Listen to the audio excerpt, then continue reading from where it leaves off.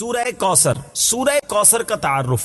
مقام نزول. علامہ علی بن محمد خازن رحمت اللہ تعالی علیہ فرماتے ہیں سورہ کوثر جمہور مفسرین کے نزدیک مکیہ ہے اور بعض مفسرین کے نزدیک مدنیہ ہے. آیات، کلمات اور حروف کی تعداد. اس سورت میں 1 رکوع، 3 آیتیں، 10 کلمے اور 42 حروف ہیں. کوثر نام رکھنے کی وجہ، کوثر سے دنیا اور آخرت کی بے شمار خوبیاں مراد ہیں اور جنت کی ایک نہر کا نام بھی کوثر ہے. اس سورت کی پہلی آیت میں یہ لفظ موجود ہے، اس مناسبت سے اسے سورہ کوثر کہتے ہیں. سورہ کوثر کے مضامین. اس سورت کا مرکزی مضمون یہ ہے کہ اس میں اللہ تعالیٰ نے اپنے حبیب صلی اللہ تعالی علیہ وآلہ وسلم کی مدحت بیان فرمائی ہے اور اس میں یہ مضامین بیان ہوئے ہیں. نمبر 1، اس کی پہلی آیت میں اللہ تعالیٰ کے اس فضل و احسان کا بیان ہے جو اس نے اپنے حبیب صلی اللہ تعالی علیہ وسلم پر فرمایا. نمبر 2، دوسری آیت میں نبی کریم صلی اللہ تعالی علیہ وسلم سے فرمایا گیا کہ اللہ تعالیٰ کے فضل و احسان کے شکریے میں نماز پڑھتے رہیں اور قربانی کریں. نمبر 3، تیسری آیت میں فرمایا گیا کہ جو اللہ تعالیٰ کے حبیب صلی اللہ تعالی علیہ وآلہ وسلم کا دشمن ہے وہی ہر خیر سے محروم ہے. سورہ ماعون کے ساتھ مناسبت. سورہ کوثر کی اپنے سے ماقبل سورت ماعون کے ساتھ مناسبت یہ ہے کہ سورہ ماعون میں کافروں اور منافقوں کی جو صفات بیان کی گئیں ان کے مقابلے میں سید المرسلین صلی اللہ تعالی علیہ وآلہ وسلم کے اوصاف سورہ کوثر میں بیان کیے گئے. بسم اللہ الرحمن الرحیم. ترجمہ: اللہ کے نام سے شروع جو نہایت مہربان رحمت والا ہے. اِنَّا أَعْطَيْنَاكَ الْكَوْثَرَ فَصَلِّ لِرَبِّكَ وَانْحَرْ إِنَّ شَانِئَكَ هُوَ الْأَبْتَرُ. ترجمہ: اے محبوب، بے شک ہم نے تمہیں بے شمار خوبیاں عطا فرمائیں تو تم اپنے رب کے لیے نماز پڑھو اور قربانی کرو، بے شک تمہارا دشمن ہی ہر بھلائی سے محروم ہے. اِنَّا أَعْطَيْنَاكَ الْكَوْثَرَ. اے محبوب، بے شک ہم نے تمہیں بے شمار خوبیاں عطا فرمائیں. تفسیر صراط الجنان میں ہے کوثر کی تفسیر میں مفسرین کے مختلف اقوال ہیں. ان سب اقوال کا خلاصہ یہ ہے کہ اے محبوب، بے شک ہم نے تمہیں بے شمار خوبیاں عطا فرمائیں اور کثیر فضائل عنایت کر کے تمہیں تمام مخلوق پر افضل کیا. آپ کو حسن ظاہر بھی دیا، حسن باطن بھی عطا کیا، نسب عالی بھی، نبوت بھی، کتاب بھی، حکمت بھی، علم بھی، شفاعت بھی، حوض کوثر بھی، مقام محمود بھی، امت کی کثرت بھی، دین کے دشمنوں پر غلبہ بھی، فتوحات کی کثرت بھی اور بے شمار نعمتیں اور فضیلتیں عطا کی جن کی انتہا نہیں. آیت: اِنَّا أَعْطَيْنَاكَ الْكَوْثَرَ سے حاصل ہونے والی معلومات. اس سے 5 باتیں معلوم ہوئی. نمبر 1، اللہ تعالیٰ نے اپنے حبیب صلی اللہ تعالی علیہ وآلہ وسلم کو کوثر عطا کر دی ہے، کیونکہ یہاں یہ نہیں فرمایا گیا کہ ہم آپ کو کوثر عطا کریں گے، بلکہ یہ فرمایا کہ بے شک ہم نے آپ کو کوثر عطا کر دی. نمبر 2، اللہ تعالیٰ کی اپنے حبیب صلی اللہ تعالی علیہ وآلہ وسلم پر یہ عطا ان کے نبی اور رسول ہونے کی وجہ سے نہیں بلکہ آپ علیہ الصلوۃ والسلام کی ذات کی وجہ سے ہے جو شان محبوبیت کی صورت ہے، کیونکہ یہاں یہ فرمایا أَعْطَيْنَاكَ، ہم نے آپ کو عطا فرمائی. یہ نہیں فرمایا کہ اعطینا الرسول یا اعطینا النبی. نمبر 3، تاجدار رسالت صلی اللہ تعالی علیہ وآلہ وسلم پر یہ عطا کسی عبادت اور ریاضت کی وجہ سے نہیں ہے بلکہ ان پر یہ عطا اللہ تعالیٰ کے عظیم فضل اور احسان کی وجہ سے ہے، کیونکہ یہاں عطا کا ذکر پہلے ہوا اور عبادت کا ذکر بعد میں ہوا. نمبر 4، اللہ تعالیٰ نے آپ کو کوثر کا مالک بنا دیا ہے تو آپ جسے چاہیں جو چاہیں عطا کر سکتے ہیں. نمبر 5، سید المرسلین صلی اللہ تعالی علیہ وآلہ وسلم کی مدحت خود رب تعالیٰ فرماتا ہے. اعلیٰ حضرت امام احمد رضا خان علیہ الرحمت الرحمان فرماتے ہیں اِنَّا أَعْطَيْنَاكَ الْكَوْثَرَ. ساری کثرت پاتے یہ ہیں، ٹھنڈا ٹھنڈا، میٹھا میٹھا، پیتے ہم ہیں، پلاتے یہ ہیں. اور ایک اور جگہ فرماتے ہیں نا، اے رضا خود صاحب قرآن ہے مداح حضور، تجھ سے کب ممکن ہے پھر مدحت رسول اللہ کی. فَصَلِّ لِرَبِّكَ وَانْحَرْ. تو تم اپنے رب کے لیے نماز پڑھو اور قربانی کرو. تفسیر صراط الجنان میں ہے یعنی اے حبیب صلی اللہ تعالی علیہ وآلہ وسلم، اللہ تعالیٰ نے آپ کو دونوں جہاں کی بے شمار بھلائیاں عطا کی ہیں اور آپ کو وہ خاص رتبہ عطا کیا ہے جو آپ کے علاوہ کسی اور کو عطا نہیں کیا۔ تو آپ اپنے اس رب عز و جل کے لیے نماز پڑھتے رہیں جس نے آپ صلی اللہ تعالی علیہ وآلہ وسلم کو کوثر عطا کر کے عزت و شرافت دی، تاکہ بتوں کے پجاری ذلیل ہوں اور بتوں کے نام پر ذبح کرنے والوں کی مخالفت کرتے ہوئے اپنے رب عز و جل کے لیے اور اس کے نام پر قربانی کرے۔ اس آیت کی تفسیر میں ایک قول یہ بھی ہے کہ نماز سے نماز عید مراد ہے۔ إن شانئك هو الأبتر، بے شک تمہارا دشمن ہی ہر بھلائی سے محروم ہے۔ تفسیر صراط الجنان میں ہے۔ شان نزول، جب سید المرسلین صلی اللہ تعالی علیہ وآلہ وسلم کے فرزند حضرت قاسم کا وصال ہوا تو کفار نے آپ کو ابتر یعنی نسل ختم ہو جانے والا کہا، اور یہ کہا کہ اب ان کی نسل نہیں رہی، ان کے بعد اب ان کا ذکر بھی نہ رہے گا اور یہ سب چرچا ختم ہو جائے گا۔ اس پر یہ سورہ کریمہ نازل ہوئی اور اللہ تعالیٰ نے ان کفار کا بالغ رد فرمایا، اور اس آیت میں ارشاد فرمایا کہ اے حبیب صلی اللہ تعالی علیہ وآلہ وسلم، بے شک تمہارا دشمن ہی ہر بھلائی سے محروم ہے، نہ کہ آپ، کیونکہ آپ کا سلسلہ قیامت تک جاری رہے گا، آپ کی اولاد میں بھی کثرت ہوگی اور آپ کی پیروی کرنے والوں سے دنیا بھر جائے گی۔ آپ کا ذکر ممبروں پر بلند ہوگا، قیامت تک پیدا ہونے والے عالم اور واعظ اللہ تعالیٰ کے ذکر کے ساتھ آپ کا ذکر کرتے رہیں گے، اور آخرت میں آپ کے لیے وہ کچھ ہے جس کا کوئی وصف بیان ہی نہیں کر سکتا۔ تو جس کی یہ شان ہے وہ ابتر کہاں ہوا، بے نام و نشان اور ہر بھلائی سے محروم تو آپ کے دشمن ہیں۔ اعلیٰ حضرت امام احمد رضا خان رحمۃ اللہ تعالی علیہ اس صورت کی تفسیر بیان کرتے ہوئے فرماتے ہیں، عاص بن وائل شقی نے جو صاحبزادہ سید المرسلین صلی اللہ تعالی علیہ وآلہ وسلم کے انتقال پرملال پر حضور کو ابتر یعنی نسل بریدہ کہا، حق تعالی نے فرمایا إنا أعطيناك الكوثر، بے شک ہم نے تمہیں خیر کثیر عطا فرمائی، کہ اولاد سے نام چلنے کو تمہاری رفعت ذکر سے کیا نسبت، کروڑوں صاحب اولاد گزرے جن کا نام تک کوئی نہیں جانتا، اور تمہاری ثنا کا ڈنکا تو قیامت تک اکناف عالم اور اطراف جہاں میں بجے گا، اور تمہارے نام نامی کا خطبہ ہمیشہ ہمیشہ اطباق فلک آفاق زمین میں پڑھا جائے گا۔ پھر اولاد بھی تمہیں وہ نفیس و طیب عطا ہوگی جن کی بقا سے بقائے عالم مربوط رہے گی۔ اس کے سوا تمام مسلمان تمہارے بال بچے ہیں، اور تم سب مہربان ان کے لیے کوئی نہیں، بلکہ حقیقت کار کو نظر کیجئے تو تمام عالم تمہاری اولاد مانوی ہے، کہ تم نہ ہوتے تو کچھ بھی نہ ہوتا، اور تمہارے ہی نور سے سب کی آفرینش ہوئی۔ اسی لیے جب ابو البشر آدم تمہیں یاد کرتے تو یوں کہتے، یا ابنی صورتن و ابایا معنن، اے ظاہر میں میرے بیٹے اور حقیقت میں میرے باپ۔ پھر آخرت میں جو تمہیں ملنا ہے اس کا حال تو خدا ہی جانے، جب اس کی یہ عنایت بے غایت تم پر مبذول ہو تو تم ان اشقیاء کی زبان درازی پر کیوں ملول ہو، بلکہ فصل لربك وانحر، رب کے شکرانے میں اس کے لیے نماز پڑھو اور قربانی کرو۔ إن شانئك هو الأبتر، جو تمہارا دشمن ہے وہی نسل بریدہ ہے، کہ جن بیٹوں پر اسے ناز ہے یعنی عمرو و حشام رضی اللہ تعالی عنہما، وہی اس کے دشمن ہو جائیں گے، اور تمہارے دین حق میں آ کر بوجہ اختلاف دین اس کی نسل سے جدا ہو کر تمہارے دینی بیٹوں میں شمار کیے جائیں گے۔ پھر آدمی بے نسل ہوتا تو یہی صحیح کہ نام نہ چلتا، اس سے نام بد کا باقی رہنا 1000 درجے بدتر ہے۔ تمہارے دشمن کا ناپاک نام ہمیشہ بدی و نفرین کے ساتھ لیا جائے گا، اور روز قیامت ان گستاخیوں کی پوری سزا پائے گا، والعیاذ باللہ تعالی۔ اس سے معلوم ہوا کہ حضور پرنور صلی اللہ تعالی علیہ وآلہ وسلم کا اللہ تعالیٰ کی بارگاہ میں مقام اتنا بلند ہے کہ ان کے گستاخ کو اس کی گستاخی کا جواب خود رب تعالیٰ دیتا ہے۔ درود پاک ویسے ہر دن پڑھیں، سبحان اللہ، برکتیں ہی برکتیں ہیں، مگر جمعے کے دن اللہ اکبر۔ آپ جب درود کے فضائل احادیث کی کتابوں میں دیکھتے ہیں نا، تو باقاعدہ الگ چیپٹر باندھا محدثین نے، یعنی عام درود پاک کے فضائل لکھے، پھر ایک آپ کو درود پاک کی فضیلت کی کتاب میں الگ چیپٹر ملے گا کہ جمعے کے دن درود پڑھنے کے فضائل، یعنی اتنی حدیثیں ہیں اسپیشلی فرائیڈے کے لیے، جمعے کے دن کے لیے۔ بڑی مشہور حدیث میرے آقا علیہ الصلوۃ والسلام فرماتے ہیں، جس کا مضمون ہے کہ جو کوئی شخص جمعہ کے دن 200 بار درود پاک پڑھے، اس کے 200 برس کے گناہ معاف کر دیے جاتے ہیں۔ اب یہ کتنی پیاری حدیث ہے۔ ایک اسی طرح کی حدیث، یہ بیسیکلی کثرت سے بتانے کے لیے، انکریج کرنے کے لیے کہ درود اس دن زیادہ پڑھے جائیں۔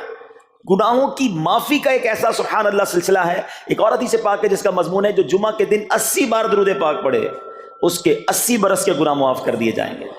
تو یہ دن تو سبحان اللہ گناہ گاروں کی بن آتی ہے. گناہ گاروں کو موقع دیا جاتا ہے کہ پورے ہفتے میں اگر کوئی کمزوری رہ بھی گئی ہے تو اب جمعہ آ گیا ہے, اب درود پڑھ لو, اب تلاوت کر لو, اب دعائیں کر لو, اب اللہ سے رجوع لے آؤ. یہ جمعے کا دن سبحان اللہ مفتی احمد یار خان نعیمی رحمت اللہ تعالی علیہ فرماتے ہیں جمعہ کے دن کوئی نیکی کی جائے اللہ کی بارگاہ میں جمعے کا شرفی اور مقام اتنا اعلیٰ ہے کہ جمعہ کی ایک نیکی 70 گنا اس کا ثواب عطا کیا جاتا ہے, ملٹی پلائی بائی 70. سوچئے, سمجھدار لوگ بیٹھے ہیں, کاروباری لوگ بھی بیٹھے ہوں گے.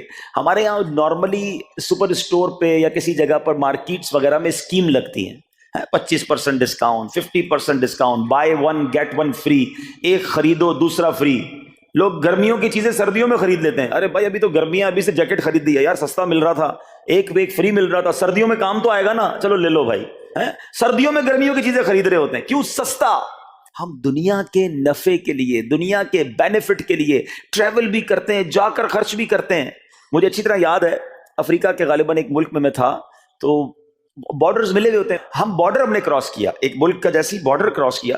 بارڈر کراس کرتے ہی ایک بہت بڑا, ویرانہ تھا لیکن بہت بڑا شاپنگ مال بنا ہوا اور گاڑیوں کی قطاریں. تو میں نے اسلامی بھائی سے پوچھا یار اس ویرانے میں اتنا بڑا شاپنگ مال اور اتنی گاڑیاں؟ تو انہوں نے وجہ پتہ کیا بتائی؟ کہتے ہیں جس ملک کے بارڈر کے ساتھ یہ سٹور ہے نا, اس ملک میں ٹیکس ہے, یہ ملک ٹیکس فری ہے.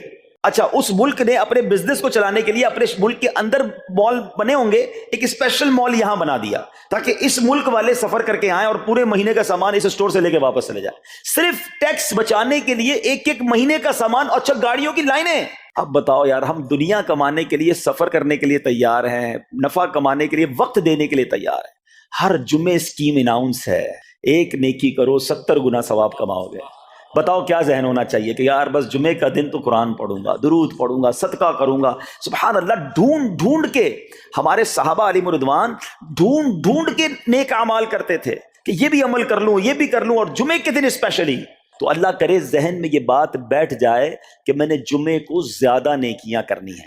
اچھا, اب اس پہ میں ایک اور مشورہ دیتا ہوں. مثال کے طور پہ آپ نے ذہن بنایا ہے کہ یار پیر والے دن جو ہے نا میں نے کسی مریض کی عیادت, رشتہ دار ہے وہاں جانا ہے, یا میں نے جناب سیٹرڈے یا سنڈے کوئی صدقہ خیرات کرنا ہے, کسی کی ہیلپ کرنی ہے. آپ نے کوئی نیکی پلان کی ہوئی ہے ہفتہ اتوار پیر منگل میں, تو کوشش کر کے اس کو جلدی کریں اور فرائیڈے میں کر لیں. ایک پوائنٹ آپ نے دیکھا, میں نے یہ نہیں کہا کہ اس کو اگلے جمعے کریں, ہاں ڈیلے نہ کریں, تھوڑا جلدی کر کے اس جمعے کو کریں تاکہ 70 گنا جو ہے وہ اس میں ثواب کما لوں, برکتیں حاصل کر لوں. تو اللہ کرے کہ میں اور آپ نیکیوں کے حریص بن جائیں. نیکیوں کی جو لالچ ہے نا, لالچ میں یہ بھی کر لوں, میں یہ بھی کر لوں, میں سجدہ بھی کروں, میں تلاوت بھی کروں, میں صدقہ بھی دوں, یہ تو نصیب والوں کو ملتا ہے. اور صحابہ کرام میں نظر آتا تھا, پیچھے نہیں ہٹتے تھے صحابہ. ہمیں اعلان کیا جا رہا ہے کہ یہ موقع ہے, یہ نیکی ہے, اور پھر بھی کوئی نظر نہیں آتا. اللہ کرے کہ یہ جذبہ, کیونکہ یاد رکھو جس طرح کاروباری لوگ کہتے ہیں نا سیزن ہے نیکیاں کر لو, بالکل اسی طرح جب تک میری اور آپ کی سانسیں باقی ہیں نا, نیکیوں کا سیزن جاری ہے. جتنی نیکیاں کمانی ہے کما لو. یہ مائنڈ سیٹ بنا لو کہ یار پتہ نہیں کب مر جاؤں, اور نیکی اور نیکی. جس طرح پیسے کمانے کا ذہن ہوتا ہے نا, اللہ کرے اس سے زیادہ میرا اور آپ کا نیکیاں کمانے کا ذہن ہو جائے. یار تھوڑی اور نیکی کما لو, تھوڑی اور. مثال کے طور پہ آپ کہیں جا رہے ہیں, کسی نے کہا ذرا بیٹھیے 10 منٹ بعد وہ بھائی آئیں گے. اب ہم 10 منٹ کس طرح گزارتے ہیں؟ موبائل نکالا اور جناب دیکھنا شروع. 10 منٹ کیا 15 منٹ بھی گزر جائیں پتہ نہیں چلے گا. لیکن یہ 15 منٹ میں کیا ملا آپ؟ شاید گناہ ہی ملے ہوں گے, کیونکہ ہمارے موبائل میں تو بہت ساری چیزیں ایسی ہیں یا تو حرام دکھا دیتی ہیں یا حرام سنا دیتی ہیں. لیکن اگر نیکیوں کا ذہن ہو تو بندہ سوچے یار 10 منٹ میں تو میں سورہ یاسین پڑھ سکتا ہوں, 10 قرآن کا ثواب ہے. موبائل میں قرآن پاک ڈاؤن لوڈ ہو, قرآن شریف نکالا اور یاسین شریف پڑھ لی, ویٹنگ ایریا کے اندر 10 قرآن کا ثواب کما لیا. اگر یہ مائنڈ سیٹ ہو, بندہ کہ یار اتنی دیر میں تو 100 بار درود پاک پڑھ لوں گا. اور آقا علیہ الصلوۃ والسلام فرماتے ہیں جو 100 بار درود پاک پڑھے اس کی دونوں آنکھوں کے درمیان لکھ دیا جاتا ہے کہ یہ بندہ دوزخ کی آگ اور نفاق سے بری ہے. 5 منٹ 10 منٹ میں اتنی نیکیاں کما سکتا, لیکن مائنڈ سیٹ ہی نہیں ہے, گھنٹوں ضائع کر دیں گے, نیکی کمانے کا ذہن نہیں بنتا. اگر یہی 10-15 منٹ میں مجھے پیسے ملنے ہوتے تو بتاؤ ہم کیا کرتے. اللہ کرے دل میں اتر جائے میری بات. تو بہرحال جمعہ کا دن یہ بہت کمال کا دن ہے. ہر جمعے کے دن آپ کو اونٹ صدقہ کرنے کا ثواب مل سکتا ہے. ایک اونٹ کتنے کا آتا ہے؟ 1.5-2 لاکھ روپے کا تو ہوتا ہے. 2 لاکھ روپے ہر جمعے کو صدقہ کرو, مہینے کے ہو گئے 8 لاکھ روپے. بندہ بولے غریب آدمی 8 لاکھ ہر مہینے؟ جی جناب, ہر مہینے 8 لاکھ کم و بیش آپ صدقہ کرنے کا ثواب کما سکتے ہیں. کیسے؟ کتنا آسان. نبی پاک علیہ الصلوۃ والسلام فرماتے ہیں جس کا مضمون ہے جو جمعے کے دن سب سے پہلے آتا ہے اسے اونٹ صدقہ کرنے کا ثواب ملتا ہے، جو اس کے بعد آتا ہے اسے گائے صدقہ کرنے کا ثواب ملتا ہے. اللہ کی رحمت سے ہر جمعے فرشتے مسجد کے دروازے پر کھڑے ہوتے ہیں. ہم اللہ سے دعا کرتے ہیں اللہ تیری نوری مخلوق کے صدقے ہم پر رحم فرما، ہماری مغفرت فرما. مگر جب امام خطبے کے لیے کھڑا ہو جاتا ہے آقا علیہ الصلوۃ والسلام فرماتے ہیں وہ رجسٹر بند کرتے ہیں اور وہ بھی آ کر امام کا خطبہ سننے کے لیے بیٹھ جاتے. تو جلدی آ کر کچھ منٹ پہلے آ کر، اچھا علم دین الگ ملتا ہے، ظاہر ہے یہاں ہر جمعے بیان ہوتا ہے، وہ بیان سننے کو آپ کو الگ ملے گا، نیکی کی دعوت الگ ملے گی، اور سبحان اللہ اونٹ صدقہ کرنے کا ثواب. تو مبارک ہو انہیں جو جلدی آتے ہیں. تو بہرحال اب میں چاہتا ہوں کہ جب بات جمعے پر ہی ہو رہی ہے تو ایک میں نے اور آپ کو پیغام دینا تھا. جمعے کو خطبہ دیا جاتا ہے، سالوں سے خطبہ سن رہے ہیں. مجھے اچھی طرح یاد ہے جب میری عمر شاید 17-18 سال تھی تو سن کر آدھا خطبہ تو مجھے اسی وقت یاد ہو گیا تھا. اب شاید پونا یاد ہو گیا ہوگا. آپ میں سے بھی کئیوں کو 60, 70, 80% خطبہ یاد ہوگا کیونکہ ہر جمعے سنتے ہیں. مگر کس کو یہ تجسس ہوا کہ یہ ہر جمعے امام صاحب پڑھتے ہیں، اس میں پیغام کیا ہے، اس کا ترجمہ کیا ہے، اس میں ہمیں کیا جاتا ہے؟ بس سر جھکاتے ہیں، ہاتھ باندھتے سنتے رہتے ہیں، کچھ سو بھی جاتے ہوں گے. ارے اللہ کے بندو سوچو تو صحیح کہ ہر جمعے کو سنتا ہوں، آدھا پونا یاد بھی ہو گیا، پیغام کیا ہے؟ دو باتیں، ایک حدیث پاک اور ایک خوبصورت پیغام. ہر جمعے کو آپ سنتے ہیں، ٹھیک ہے. حدیث ذرا سنیے گا. اللہ کے حبیب علیہ الصلوۃ والسلام فرماتے ہیں البر لا یبلا والذنب لا ینسا والدیان لا یموت. سنے ہوئے نا یہ الفاظ؟ ایسا لگ رہا ہے کہ یار یہ الفاظ تو کانوں میں ہر جمعے آتے ہیں. آگے فرمایا اعمل ما شئت کما تدین تدان. یہ ایک حدیث ہے، ٹھیک ہے. اس کے بعد قرآن کی ایک آیت تلاوت ہوتی ہے فمن یعمل مثقال ذرۃ خیرا یرہ ومن یعمل مثقال ذرۃ شرا یرہ. یہ کانوں نے کئی بار، کہوں کہ سینکڑوں بار سنے ہیں. دل ہلا دینے والا پیغام، بڑا سمجھانے والی بات ہے اس حدیث میں. البر لا یبلا. میرے آقا فرماتے ہیں نیکی پرانی نہیں ہوتی، کرتے جایا کرو. یہ نیکی تمہارے اکاؤنٹ میں جمع ہو رہی ہے. میں اور آپ بھول جائیں گے، میرا رب نہیں بھولتا. اس کے خزانے بڑے ہیں. جہاں نیکی پرانی نہیں ہوتی نا، اگلا جملہ سنو والذنب لا ینسا. گناہ بھلایا نہیں جاتا. میں اور آپ بھول گئے. افسوس یہ ہے، عجیب کہانی ہے. یہ تو ایک عجب الگ ٹاپک ہے کہ آج جس سے ملاقات کرو اس کو 15 سال 20 سال 25 سال پرانی نیکیاں یاد ہیں. لوگ ملتے ہیں کہتے ہیں 1990 میں حج کیا تھا، 95 میں عمرہ کیا، 2002 میں فلاں مسجد بنائی. آپ کی دعوت اسلامی کے قافلے میں بھی 2005 میں گیا تھا. ساری نیکیاں 15 20 سال پرانی یاد ہیں. گناہ کل جھوٹ بولا تھا یاد ہے، کل رات کو بد نگاہی ہو گئی تھی وہ یاد ہے، پرسوں غیبت کی تھی وہ یاد ہے. سالوں تو چھوڑو، ہم گھنٹے پہلے کا گناہ بھول جاتے ہیں. مگر حدیث ڈرا رہی ہے، سمجھا رہی ہے کہ دیکھو وَالذَّنبُ لَا يُنسَى.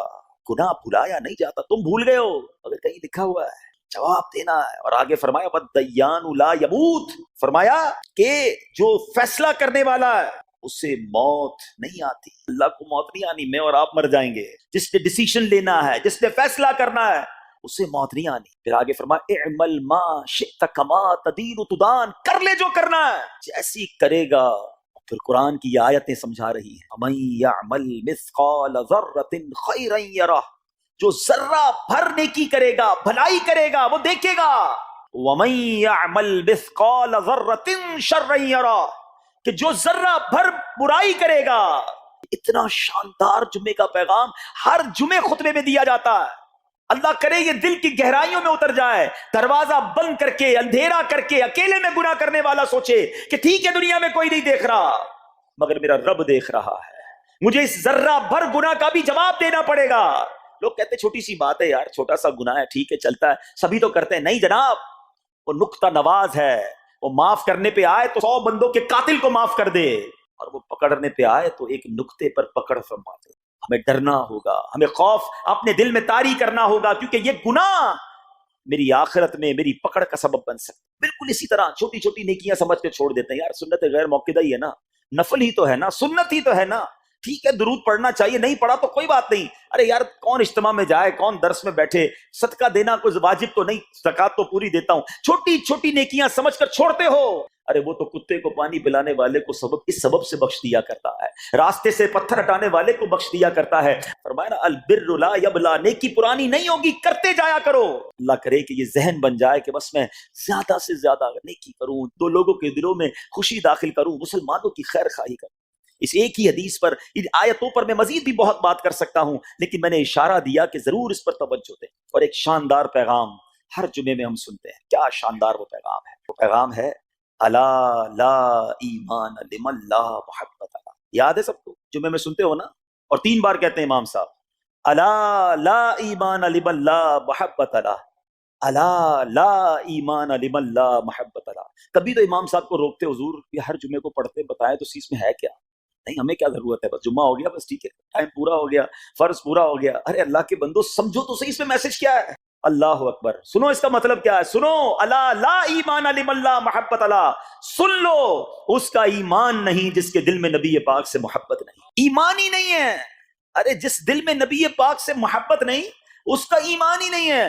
اعلیٰ حضرت امام اہل سنت ایسے ہی نہیں لکھتے کہ اللہ کی سرتابہ قدم شان ہے یہ، انسان نہیں انسان، وہ انسان ہے یہ. قرآن تو ایمان بتاتا ہے انہیں، اور ایمان یہ کہتا ہے میری جان ہے یہ. ایمان کمپلیٹ ہی نہیں ہوتا نبی پاک علیہ الصلوۃ والسلام سے محبت کے بغیر.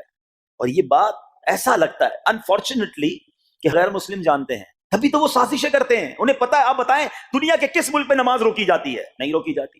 مسجدوں کی تعمیر ہو رہی ہوتی ہے، تلاوت قرآن ہو رہی ہوتی ہے، کوئی نہیں روکتا، قرآن چھپ رہے ہیں. لیکن بار بار اگر حملہ ہوتا ہے، بار بار اگر اٹیک ہوتا ہے تو اس لیے ہوتا ہے کہ ان مسلمانوں کے دلوں سے ان کے نبی کی محبت کو نکال. ان مسلمانوں کے دلوں میں اگر یہ محبت رسول رہ گئی تو یہ پھر بھی دوبارہ آ کر یکجا ہو جائیں گے، ایک ہو جائیں گے، نیک ہو جائیں گے. کسی طرح دل سے محبت رسول صلی اللہ علیہ وسلم نکالی جائے، اور اسی وجہ سے یہ ساری سازشیں کی جاتی ہیں. معاذ اللہ نبی پاک علیہ الصلوۃ والسلام کی گستاخیاں کی جاتی ہیں تاکہ چیک کیا جائے ان پر اثر بھی پڑتا ہے کہ نہیں، کوئی اوپر نیچے ہوتا بھی ہے کہ نہیں، کہ اپنی دنیا میں مگن ہے، اس کو احساس ہی نہیں ہے. میٹھے اسلامی بھائیوں، دنیا کا دستور ہے جب کسی چیز کی ڈیفیشینسی ہو جائے نا تو اس کی ایفیشینسی بڑھائی جاتی ہے. مثال کے طور پہ کسی کے جناب جسم میں وٹامن ڈی کم ہو، ہم کیا کرتے ہیں، وٹامن ڈی کی ٹیبلٹس لے کر اس کو پھر بڑھاتے ہیں. کیلشیم کی کمی ہو، ڈاکٹر کہتا ہے بھائی تھوڑی کیلشیم کی دوائی پیو، تمہارے اندر کیلشیم کی کمی ہو رہی ہے. جب کسی چیز کی کمی کی جائے اس کو بڑھانے کی کوشش کی جاتی ہے. اگر یہ دنیا کے چند لوگوں کا یہ پلان ہے کہ مسلمانوں کے دلوں سے عشق رسول نکالو، تو اب میرا اور آپ کا کام یہ ہے کہ انشاءاللہ عشق رسول کو اب اضافہ کریں گے، اب نبی پاک کی محبت میں اور اضافہ کریں گے، سرور کائنات علیہ الصلوۃ والسلام کی محبت میں زندگی گزاریں گے، خود بھی سچے عاشق رسول بنیں، اپنی نسلوں کو عاشق رسول بنائیں. اللہ سلامت رکھے میرے پیر و مرشد کو. 30 سال پہلے، یہ آج کل کا شعر نہیں ہے، اب بچپن سے یہ نعت سن رہے ہیں، کم و بیش 25-30 سال پہلے میرے مرشد نے کیا پیاری التجا پیش کی، اپنی نسلوں کے لیے کیا ہمیں پیغام دیا. کہتے میری آنے والی نسلیں تیرے عشق ہی میں مچلیں، میری آنے والی نسلیں تیرے عشق ہی میں مچلیں، انہیں نیک تم بنانا مدنی مدینے والے.